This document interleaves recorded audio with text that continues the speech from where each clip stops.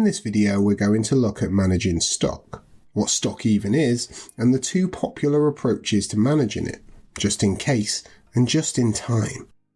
I know it's probably obvious, but let's just get one thing clear. When I say stock, I mean the stuff the business sells. So for McDonald's, their stock will be having the right amount of ingredients in a store at any given time. With TK Maxx, their stock would be all of the products held in their shop available for purchase by the customer. Managing stock is a pretty tricky balancing act, and it can be difficult for a business to get that balance right.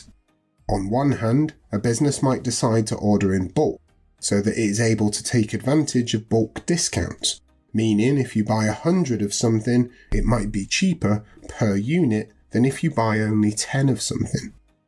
The business might also be thinking if it holds a large amount of stock, it is unlikely to run out of anything.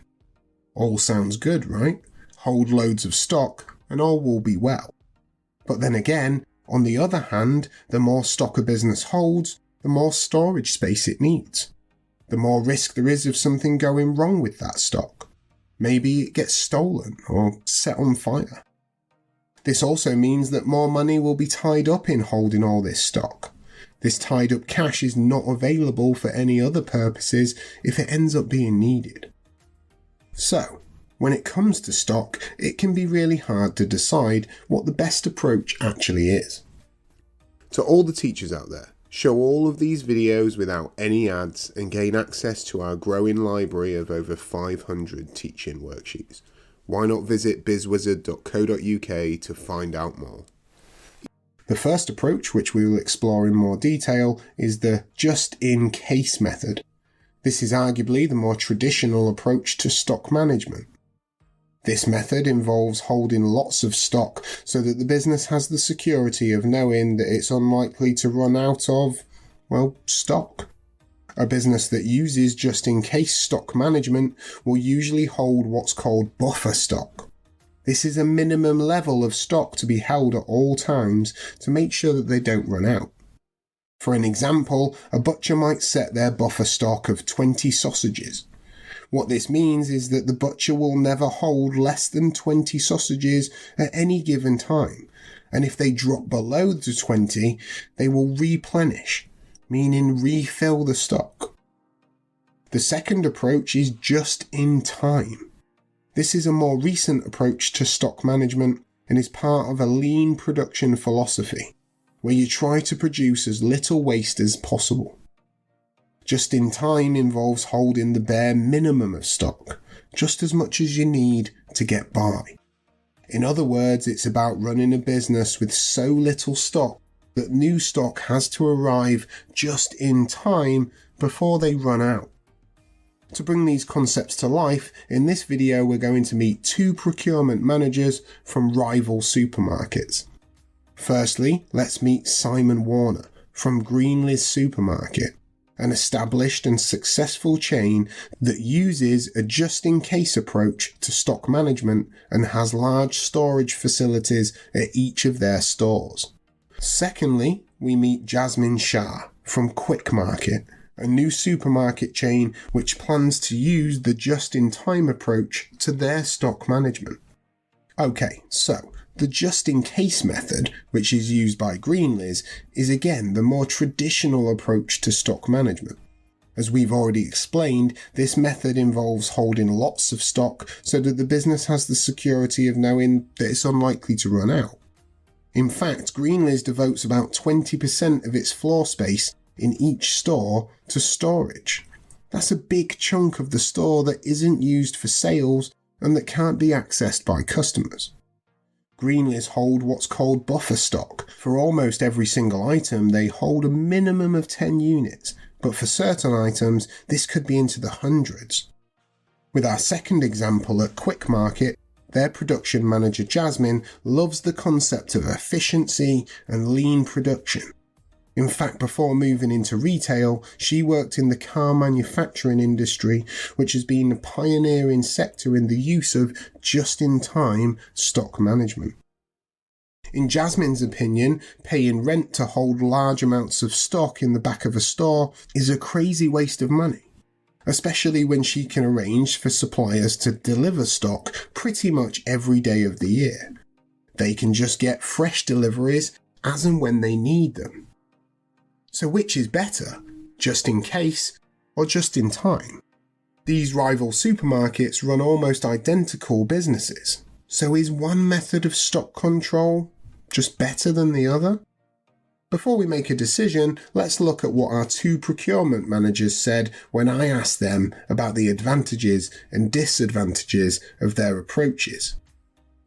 Bring this video and over 100 more to life with fun, interactive games, quizzes and case studies. Why not try the first 25 completely free by visiting BizzWizard.co.uk. We'll start with Simon at Greenleys, using a just-in-case approach.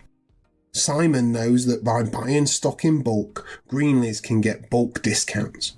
He studied business studies, so he shows off his knowledge by telling everyone that this is an example of economies of scale. Buying in bulk means that the average cost per unit of stock is lower, and by having fewer deliveries, transportation costs are also lower. Having significant storage areas means that Greenleys are in a position to make bulk orders and take advantage of these discounts that suppliers are prepared to give them. And this keeps that average cost per unit down. In Simon's opinion, the cost of the extra space is definitely worth paying just to make sure that Greenleys customers can be certain of getting the products that they want when they want them. In fact, this is an important part of their customer service message. It's very unusual for Greenleys to have any gaps on their shelves. Even on occasions where there have been delays to suppliers' deliveries, Simon hasn't actually been too worried, as he knows that they've got plenty of buffer stock, so they can generally still meet customer demand. In addition, if there are any unexpected changes in demand, they are more likely to be able to take advantage of them by making use of the extra stock that they hold. If, for example, everybody decides that they need to immediately run out and buy all of the toilet paper that exists, then the businesses holding lots of this stock can cash in. Although we've seen that there are several advantages to using a just-in-case approach, there are also several potential disadvantages for businesses of holding these large amounts of stock. Holding more stock means Greenleys need to have more storage space, whether that's a bigger showroom or a warehouse, and when you think about it, this means that their higher property costs will actually impact their profits. All of that stock isn't going to unload and organise itself, so Greenleys will need additional staff to manage it all. There's more people for Simon to manage, and there's also more costs as well. Because Greenleys hold buffer stock, they sometimes find that they are stuck with too much stock of a certain product.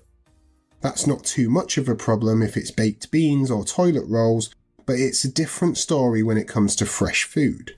Simon finds that his stores often have to reduce the price of perishable goods such as fish, cheese and flowers to try and sell them before they go out of date, which means they make little or sometimes no profit on these items.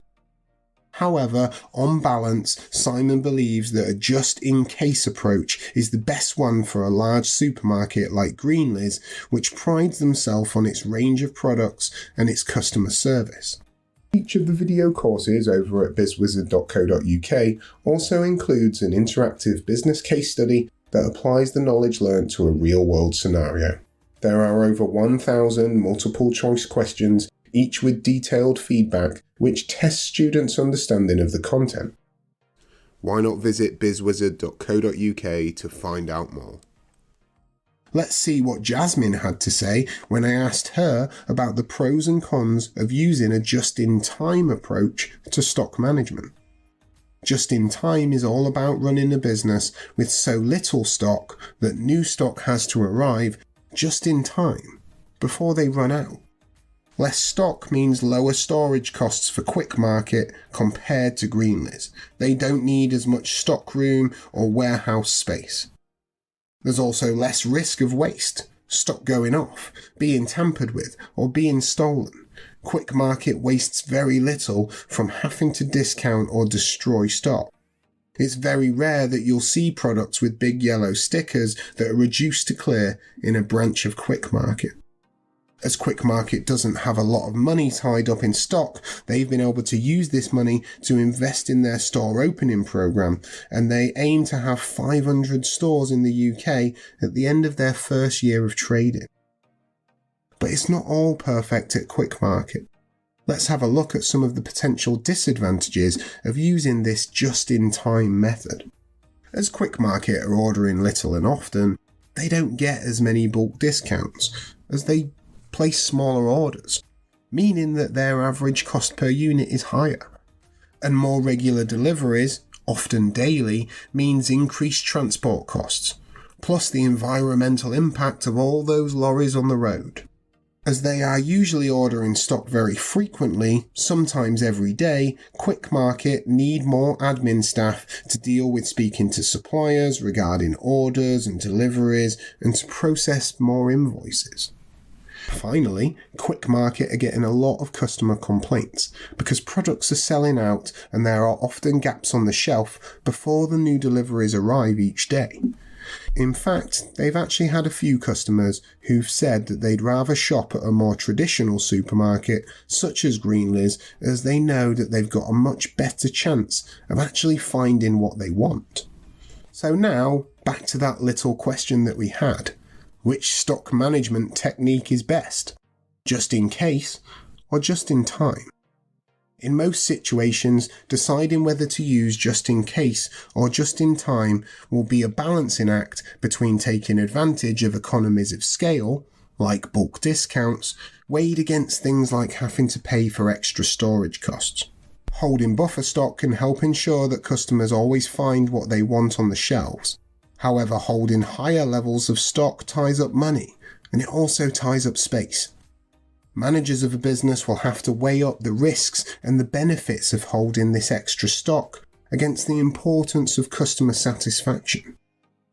Simon believes that a just-in-case approach is the best one for a large supermarket like Greenliz, and Jasmin believes that Quick Market is so efficient that they don't need to hold much stock.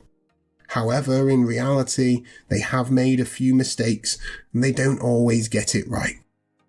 There's no right or wrong answer here. Neither is categorically better than the other. If you get an exam question on this topic, it's important to weigh up the pros and cons in each situation and how they link to the business in the case study. Just in case can work well when it's difficult to predict demand. If you always have stock, you can react to changes in demand, like keeping your shelf stocked for longer during, say, a global pandemic. The just-in-case method, though, is mainly suitable for products with a long shelf life, things that last a long time. If you're dealing with perishable products, such as fresh food or high fashion items that don't stay in fashion for long, and you hold high levels of stock, you may end up with large amounts of stock that just don't sell and need to be destroyed or sold off cheaply, negatively impacting your profits. Just in time, on the other hand, can work well when it's easy to predict customer demand. If you know what you're likely to sell, then it's unlikely that you'll run out of stock. It may be a better approach when dealing with products with a short shelf life, so you don't end up with large amounts of waste. It could also be suitable when transport costs are relatively low, as having additional deliveries won't push your costs up too much. A good example to make this point quite clear is a flower shop. I mean, you don't want to hold loads of extra stock of these flowers, do you? If you did, you would have to keep all of those flowers alive whilst you waited for the buffer stock to actually be needed. So, to wrap things up, if you ever get tasked with deciding which stock management technique to use, just in case or just in time, I wish you the best of luck in your endeavours. It might be a little bit difficult. As we've seen, sometimes this can be quite a tricky conundrum. This has been the BizzWizard,